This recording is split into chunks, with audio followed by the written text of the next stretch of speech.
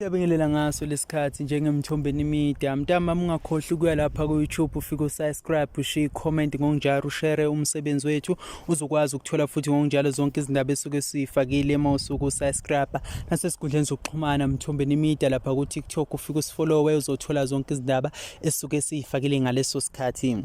Kulunye lodaba ezivula ngalo usukwini namhlanje esithinta noma sithi endimeni yomculo kaMaskandi sebeqwe ingozi engeqhwantwala noma sekubhunguze ife emnyama futhi ngokudlula emhlabeni kowawumsunguli wezingane zoma uphinde futhi ashaya intambo noma ashaya isiginci obewaziwa kakhulu ngontshebe igama lakhe obebizwa ngoBusani Khuzwayo odlule emhlabeni eno 62 years owakhona endaweni yaseQhudeni eNquthu. Kanti futhi ngakolunye uhlangothi kuvelile ukuthi ushonele khona esibhedlela saseDandi ngaye uLwesihlanu ngazo isikhathi zehora lesishagalolunye lapha ekseni. Kanti waphinde futhi waveza ukuthi ukuphuthunyiswa kwakhe esibhedlela ubebanjwe isifo noma sithi bexinwe isifo sikashukela.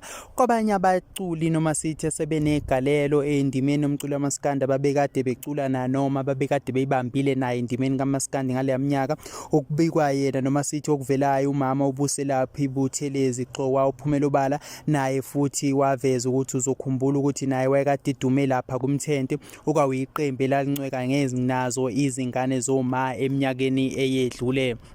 Kanti uzokhumbula futhi sikukhumbuza ukuthi inyangeni ephelile yakhe uApril kuye kwabikwa futhi ngokudlula emhlabeni kwamama uMthalane naye wayekade lapha kuyona imthente kuyilona futhi iqembu nalo elalishaya ingoma ngazo lezakhathi ezazihambisana nazo futhi izingane zama ukubala kuzona futhi nezingane zamakhosi kuyingoma noma sithi kwakwamaqembu ayekhona abeyibambile ngalezi zikhathi zakudala. Kanti futhi ngakolunye uhlangothi kuvelile nabanye abaculi abahlukahlukene bala kubona uSomnandi bebhongela emswaneni bedlulisa amazwi enduduzo bedlulisa ukudangala ngokuvela kwezindaba ezibhlungu kangaka.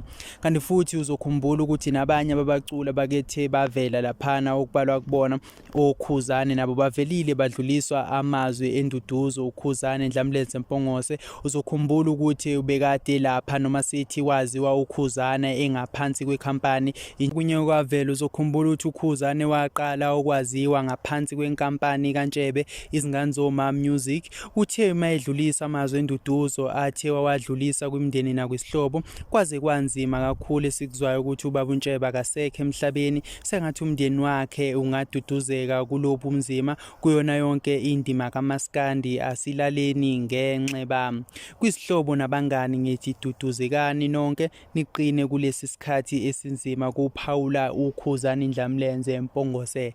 Ilesi indaba siphethe ngaso lesikhathi sinjengemthombeni media sizothi nje ubaba uNtshebe alale ngokuthula alale aphumule umsebenzi wakhe siyawazi. Kanti futhi sesivala lolu daba uzokhumbula ukuthi ezinye zezingoma zezingane zoma ezaduma ngazo ngale minyaka ingoma noma sithi yayigaphansi kwealbum yayithi hayi bomntwana iphela azibancishe umlomo. Ezinye zezingoma ezazithandwa abantu namhlanje abantu abasathanda sasematheni ngaso lesikhathi sizodlulisa amazwi enduduzo emndenini ukuthi eqine alale ngokuthula induku uyibekile ebandla umsebenzi wakhe siyawazi ubaba uNtshebe.